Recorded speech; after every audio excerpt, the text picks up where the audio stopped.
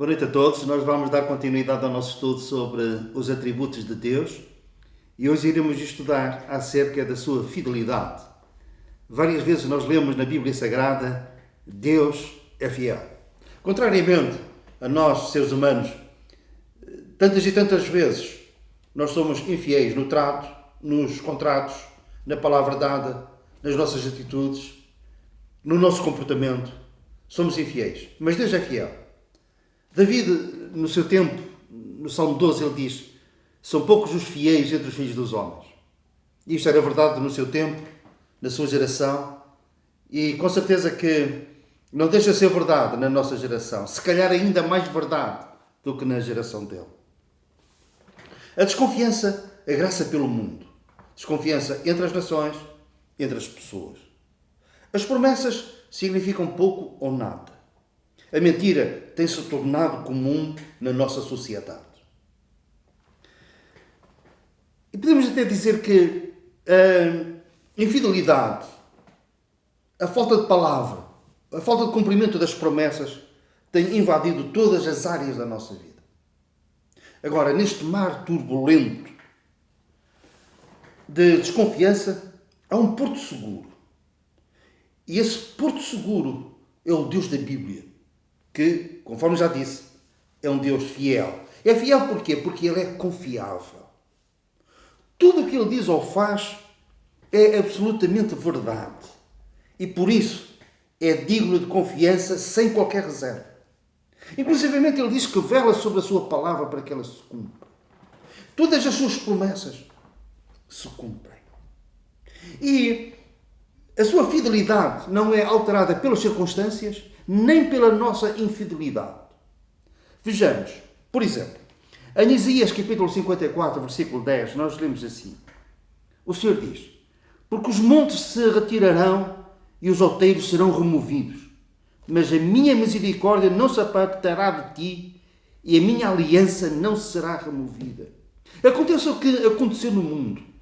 As circunstâncias podem ser mais adversas. Podem ser até surpreendentes, deixar-nos perplexos, mas, mesmo que os montes se retirem, os outeiros sejam removidos, mas há duas coisas. A minha misericórdia não se vai apartar de ti e a aliança que eu fiz não será removida. Devido ao facto de que Deus é fiel. Mesmo quando nós somos infiéis. Segundo Timóteo capítulo 2, nós lemos: se formos infiéis, Ele permanece fiel, porque de maneira nenhuma poderá negar-se a si mesmo. A fidelidade de Deus. Podemos falar em várias áreas em que o Senhor revela e demonstra na prática a sua fidelidade. Eu elegi 5 áreas sobre as quais vamos falar resumidamente, em que Deus é fiel. Ele é fiel no perdão dos pecados, na salvação da nossa alma. E a Bíblia diz: se confessarmos os nossos pecados, Ele é fiel e justo para nos perdoar os pecados e nos purificar de toda a injustiça. Muitas vezes, quando nós afirmamos que temos a certeza de pecados perdoados, que temos a certeza que vamos para o céu após a morte, isso gera desconfiança na parte de muitos, incompreensão, má interpretação, até pensam que isto que é a vaidade, que é orgulho da nossa parte. Não é. Trata-se de outra coisa. Nós retemos firmes a nossa esperança, pois fiel é aquele que prometeu. Lemos em Hebreu. Nós retemos firmes esta promessa. A promessa da vida eterna. Porquê? Porque temos por fiel aquele que prometeu. E quem nos promete a vida eterna é o Senhor na sua palavra, digna de toda a aceitação.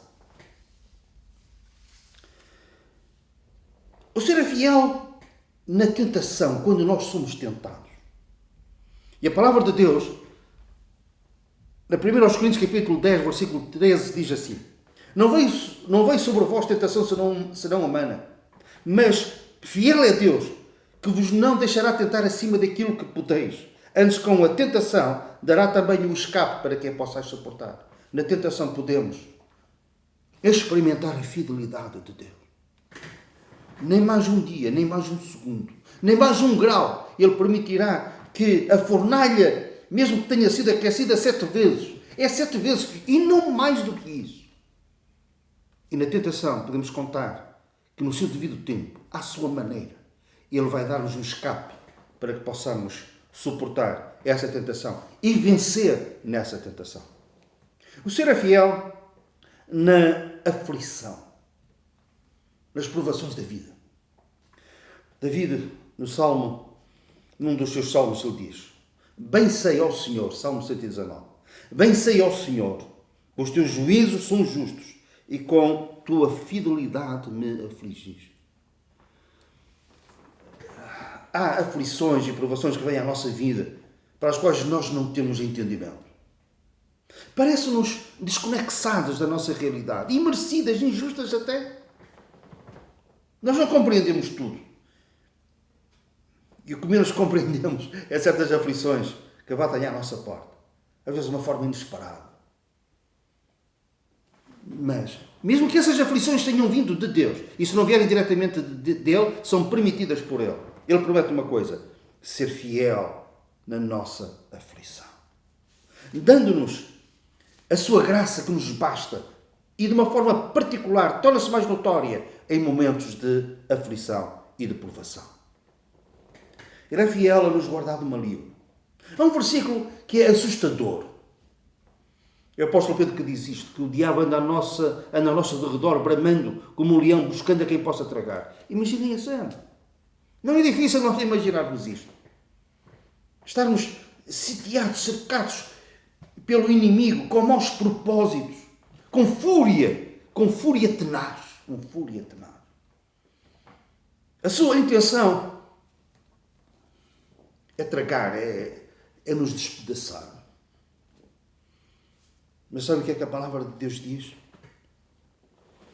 Segundo aos Tessalonicenses, capítulo 3, versículo 3. O Senhor é fiel, Ele vos confirmará e guardará do maligno. Amém. Ele nos guardará do maligno. E guarda-nos porquê? Porque Ele é fiel. E por isso podemos juntar a nossa voz à voz do apóstolo Paulo, que a certa altura dizia: Ele me livrará de toda a obra maligna e me levará salvo para o seu reino celestial. A Ele toda a glória pelos séculos dos séculos. Amém. E nós dizemos amém, devido à fidelidade de Deus. Ele nos guardará do maligno. Ele é fiel em relação à promessa da sua vida. O que é que nos tempos do apóstolo Pedro já se ouvia e agora ainda mais intensamente? Ouve-se isto: nos últimos dias viram os escarnecedores com os seus escárnios, andando segundo as suas próprias paixões e dizendo: onde está a promessa da sua vinda? Porque desde que os pais dormiram, todas as coisas permanecem como desde o princípio da criação. Está tudo na mesma. Vão-se passando as gerações uma após outra. E onde é que está a promessa da sua vinda? Quando é que ela se vai cumprir? Nós não sabemos, mas uma coisa sabemos: que vai se cumprir num dia. Pensando o nosso mundo, que vai ser um dia igual ao outro. O Senhor descerá ao céu, melhor, o Senhor descerá aos ares, e a sua igreja irá ao seu encontro, arrebatados que morreram em Cristo, ressuscitarão nessa altura. E vamos encontrar o Senhor nos ares. Os que estiverem vivos serão transformados, os que tiverem morrido em Cristo serão transformados, melhor, serão ressuscitados e subirão aos céus, subirão aos ares, para estarem juntamente com o Senhor, subirão aos ares. E depois o Senhor virá no fim da grande tribulação como a fiel testemunha, a testemunha verdadeira e fiel, assentado no seu cavalo branco, lutando contra os seus inimigos, na qualidade de fiel testemunha, a verdadeira testemunha e fiel. O Senhor virá. Isso vai acontecer. Esse dia, um dia, tornar-se-á realidade. Porquê? Porque Ele é fiel. São poucos os fiéis entre os filhos dos homens. Foi um dos primeiros versículos, se não mesmo o primeiro que nós citamos. Oxalá nós possamos dizer, e isto não é um versículo, são muitos os fiéis entre o povo de Deus. Oh, que na verdade, devido ao facto do Senhor ser fiel, nós sejamos imitadores de Deus na fidelidade. Sendo meus imitadores, como eu sou de Cristo. Paulo era fiel. Nós devemos ser fiéis. Fiéis em relação à palavra dada. Fiéis em relação ao trato. Fiéis em relação à nossa esposa. Nas coisas grandes sermos fiéis. Mas há um caminho a percorrer antes de sermos fiéis nas coisas grandes.